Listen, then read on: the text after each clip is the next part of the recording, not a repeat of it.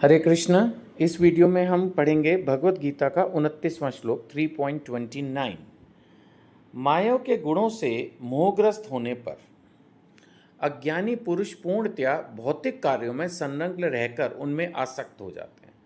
बिल्कुल साधारण लोगों की बात की है, जिनको कभी भगवत गीता, रामायण, किसी भी शास्त्र में रुचि नहीं, कभी कोई सत्संग नहीं, बड़ों की बात भी ढंग से नहीं सुनना, अपने आप को पूर्ण ज्ञानी समझना। इस तरह के लोग मेजॉरिटी पॉपुलेशन है। वो लोग अपने हिसाब से करते रहते हैं जो उनको ठीक लगता है। हर समय बस खाना पीना, घूमना या पैसे कमाने के पीछे पागल होना, सक्सेस प्रोग्रेस के पीछे भागना, और इसके अलावा उनके जीवन में कुछ होता ही नहीं। अब इसको हम पढ़ते हैं तो हम देखेंगे कि पहली लाइन करीब करीब उनकी तरफ इंडिकेट कर रही है कि माया के गुणों से मोहग्रस्त होने पर अज्ञानी पुरुष, बेशक वो पढ़ा लिखा साइंटिस्ट हो, बेशक उसने बीटेक कर रखी हो, पीएचडी कर रखी हो, है वो अज्ञानी। यहाँ किस सेंस में अज्ञानी कहा जा रहा है कि उसको शास्त्रों का कोई ज्ञान ही नहीं है, उसको पता ही नहीं है क्या शास्त्र है, क्या भगवान है, क्या आत्मा है। वो शरीर तक ही है, आत्मा के बारे में कुछ नहीं पता, इसलिए वो हो गया अज्ञानी पुरुष। सो माया के गुणों से मोहग्रस्त होने पर अज्ञानी पुरुष पूर्णतया भौतिक कार्यों में संलग्न रहकर, भौतिक कार्य वही शरीर से रिलेटेड, उसी में आसक्त हो जाते हैं। उनको लगता है बस जो कुछ है यही है। यद्यपि उनके कार्य उनमें ज्ञान अभाव के कारण अधम होते हैं। ज्ञान है नहीं, आत्मा का ज्ञान है नहीं, शास्त्र का ज्ञान है नहीं, गुरु का संग है नहीं, भक्तों का संग है नहीं, तो अधम लो कैटेगरी की वर्किंग है ये। तभी तो लोग नॉनवेज खाते हैं। अगर उनको एक बार शास्त्र पढ़ के समझ में आ जाए बात, तो लोग नॉनवेज खाना छोड़ दें, झूठ बोलना छोड़ दें, पाप करना छोड़ दें। खैर, फिर भी भगवान लास्ट में कह रहे हैं ज्ञानी को चाहिए कि उनको विचलित ना करे। ज़्यादा अगर हम अपना ज्ञान किसी पर थोपने का प्रयास करेंगे ना, तो वो उलटकर हम पर ही वार करेंगे। अगर आप बहुत मजबूत हो तो ठीक है, नहीं तो पंगे ना लो। ये वैसा है, आप बुरा मत मानना मेरे एग्जाम्पल को देख सुन के, जैसे कोई पानी में डूब रहा है, पानी का तेज बहाव है, आपको दिख रहा है ये डूब रहा है। अब सपोज आपको खुद थोड़ा बहुत तैरना आता है, या तो आप बहुत बड़े तैराक हो कि पानी का बहाव कितना भी तेज हो, मैं इसको खींच के बाहर ले आऊँगा, तब आप प्रचार कर लो।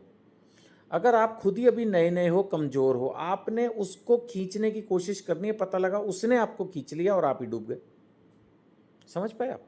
या तो आपका हाथ किसी मजबूत आदमी ने बाहर पकड़ा हुआ हो, जो आपको कहे मैं सपोर्ट कर रहा हूँ, खींच इसको पानी से बाहर। शायद मैं उदाहरण, आप बोलोगे कि सर इसका मतलब आप ये कह रहे हो कि जो पानी में डूब रहा है डूबने दो। हाँ, और क्या, डूबने दो। इतनी बड़ी दुनिया है, थोड़ी सी भगवत गीता पढ़ के अगर आप सोचोगे कि मैं सारी दुनिया को अपने साथ लगा लूं, ऐसा तो आज तक कोई गुरु नहीं कर पाया। स्वयं भगवान कृष्ण धरती पर आ गए, राम आ गए। क्या राम के ज़माने में सारे भक्त थे? अगर ऐसा होता तो फिर सीता मैया को दोबारा से वनवास क्यों होता? नहीं होता ना। कृष्ण के ज़माने में महाभारत क्यों होती? नहीं होनी चाहिए थी ना फिर। तो हमें प्रयास करना है गीता के प्रचार का, बट अत्यधिक प्रयास नहीं करना है, और प्रयास अपने किसी सीनियर भक्त के संरक्षण में करना है। नहीं तो जल्दीबाजी की अगर, तो आप ही डूब सकते हो, ये सबसे बड़ा खतरा है। तो कहीं ना कहीं भाई सबसे पहले तो अपनी भक्ति की रक्षा करनी है ना। करेक्ट। कुछ लोग अपने घर में ही प्रचार शुरू कर देते हैं, उसकी वजह से उनके माँ बाप, भाई बहन, समटाइम पत्नी पति, वही उनके खिलाफ हो जाते हैं। दुश्मनी क्यों पैदा करनी है? भक्ति भाव को पहले अंदर डेवलप करना है। सारे में बोल बोल के ये दिखाने की जरूरत नहीं है कि हम बहुत बड़े भक्त हो गए। स्लो चलना है, यही भगवान बार बार कह रहे हैं। ज्ञानी को चाहिए कि उन्हें विचलित ना करे। That is very important point. 30वां श्लोक, 3रा अध्याय।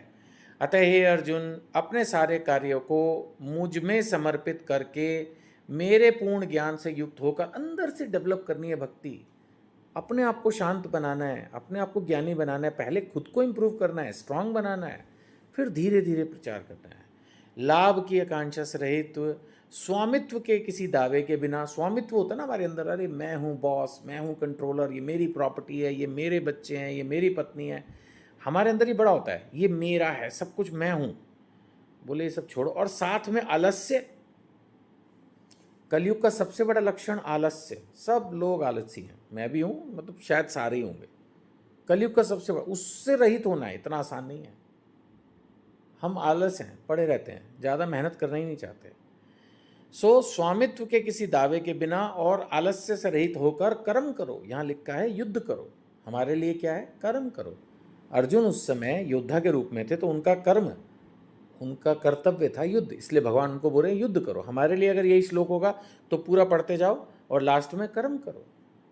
एक बार फिर से पढ़ देता हूँ, इंपॉर्टेंट है, बात रिपीट ही हो रही है कि अपने सारे कार्यों को मुझ में समर्पित करके मेरे पूर्ण ज्ञान से युक्त होकर लाभ की आकांक्षा से रहित, लाभ होगा, भगवान देंगे, ये पूर्ण विश्वास होना चाहिए। और अगर कम भी मिले तो ये मान के चलो कि जितना बनता था भगवान ने उतना या उससे ज़्यादा ही दिया है, तब दिमाग शांत रहेगा। स्वामित्व के दावे के बिना और आलस्य से रहित। एक तरह से गीता हमें बार बार समझा रही है कैसे जीवन जीना है। एक बार अगर जीवन जीना सीख गए तो बल्ले बल्ले है।